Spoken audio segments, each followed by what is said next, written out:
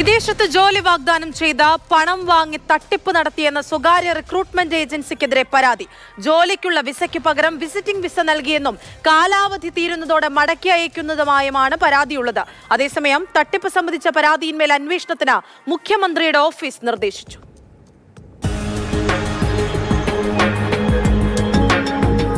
കൊച്ചി കേന്ദ്രമാക്കി പ്രവർത്തിക്കുന്ന റിക്രൂട്ടിംഗ് സ്ഥാപനത്തിനെതിരെയാണ് പരാതി. ജോലിക്കായി സ്ഥാപനം മുഖേന അജ്മനിലെത്തിയ യുവതികളടക്കം 60 പേർ അവിടെ കുടുങ്ങിക്കിടക്കുന്നതായും ജോലിയോ ഭക്ഷണമോ കിട്ടാതെ ബുദ്ധിമുട്ടുന്നതായുമാണ് ബന്ധുക്കൾ ഉയർത്തുന്ന ആക്ഷേപം. വയനാട് സ്വദേശിയാണ് സ്ഥാപനത്തിന്റെ മുഖ്യ നടത്തിപ്പുകാരൻ. പത്തനംതിട്ട സ്വദേശിനി സിഇഒയും. ജോബ് ബോക്സ് പോർട്ടലിൽ ആകെ അവർക്ക് വേക്കൻസി ഉള്ളത് കസ്റ്റമർ എക്സിക്യൂട്ടീവ്, ഗ്രാഫിക് ഡിസൈനർ, അങ്ങനെ കുറച്ച് പോസ്റ്റുകളിലേ ഉള്ളൂ. ഈ ഒരു കമ്പനി ഇതെന്ന് പറഞ്ഞു കഴിഞ്ഞാൽ കുട്ടികളെ ഹയർ ചെയ്യുക, അത് കഴിഞ്ഞിട്ട് അവർക്ക് വേറെ കമ്പനികളിലോട്ട് റെഫർ ചെയ്യുക, അങ്ങനെയാണ് വേക്കൻസി കൊടുക്കുക. അങ്ങനെയായിരുന്നു അവരുടെ ലക്ഷ്യം.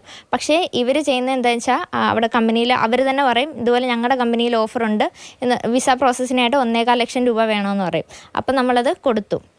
അതിന് ശേഷം വിസിറ്റിംഗ് വിസ മാത്രമാണ് കിട്ടിയത്, വർക്ക് വിസ പോലും കിട്ടിയിട്ടില്ലായിരുന്നു. അപ്പോൾ പിന്നെ വിസിറ്റിംഗ് വിസ എക്സ്റ്റെൻഡ് ചെയ്തതിന് ശേഷം വിസിറ്റിംഗ് വിസയുടെ കാലാവധി തീരുന്നതിന് 3 ദിവസം മുമ്പ് ചേച്ചി വർക്ക് വിസ ആവശ്യപ്പെട്ടു. വർക്ക് വിസ ആവശ്യപ്പെട്ടതുകൊണ്ട് കമ്പനിയിൽ നിന്ന് ടെർമിനേറ്റ് ചെയ്യുകയെന്ന് പറഞ്ഞു.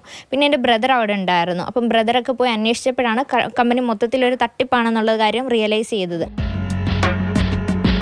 തട്ടിപ്പ് തിരിച്ചറിഞ്ഞ ചിലർ പരാതിയുമായി അജ്മനിൽ ലേബർ കോടതിയെ സമീപിച്ചു. തുടർന്ന് നടത്തിപ്പുകാരൻ വയനാട് സ്വദേശി പിടിയിലായി. പരാതി നൽകിയ ചിലർക്ക് അതിൽ നിന്നും പിന്മാറണമെന്ന് കാട്ടി ഇതിനിടെ ഭീഷണി ഉണ്ടായതായും പറയുന്നു. കംപ്ലൈൻറ്റ് പിൻവലിക്കണമെന്ന് പറഞ്ഞ് ഞങ്ങളെ ഭീഷണിപ്പെടുത്തി. ഞങ്ങൾ 3 പെൺകുട്ടികളാണ്. ഞങ്ങളുടെ വീട്ടിൽ വിളിച്ചിട്ട് പറഞ്ഞു, ഇതുപോലെ നിങ്ങൾ 3 പെൺകുട്ടികളാണ് ഉള്ളത്, അപ്പം അവർക്ക് പിന്നീട് ബുദ്ധിമുട്ടുണ്ടാകുമെന്ന് പറഞ്ഞു. അങ്ങനെ നിരന്തരമായിട്ട് ഭീഷണിപ്പെടുത്തിയിട്ട് പിന്നെ എൻ്റെ ചേച്ചി കയറിപ്പോയതിന് ശേഷം ചേച്ചി മുഖേന ഒരുപാട് കുട്ടികളെ അവിടോട്ട് കൊണ്ടുപോകാൻ അവർ ശ്രമിച്ചായിരുന്നു. അങ്ങനെ ചേച്ചിയുടെ കൂടെ വേറെ നേരത്തെ ചേച്ചിയുടെ കൂടെ ജോലിക്കുണ്ടായിരുന്ന കുട്ടികളൊക്കെ കയറിപ്പോയി. അപ്പം അവരോടും പറഞ്ഞു, നിങ്ങളുടെ പൈസ തിരികെ തരണമെങ്കിൽ ചേച്ചി കൊടുത്ത കേസ് പിൻവലിക്കണമെന്ന് പറഞ്ഞു. വിദേശത്തെ ഓഫീസിലുണ്ടായിരുന്ന 18 ജീവനക്കാരിൽ ചിലരെല്ലാം സമീപകാലത്ത് രാജിവെച്ചു.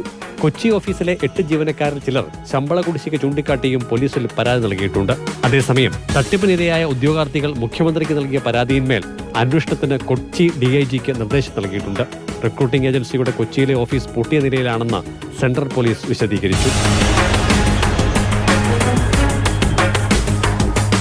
മാതൃഭൂമി ന്യൂസ്, പത്തനംതിട്ട.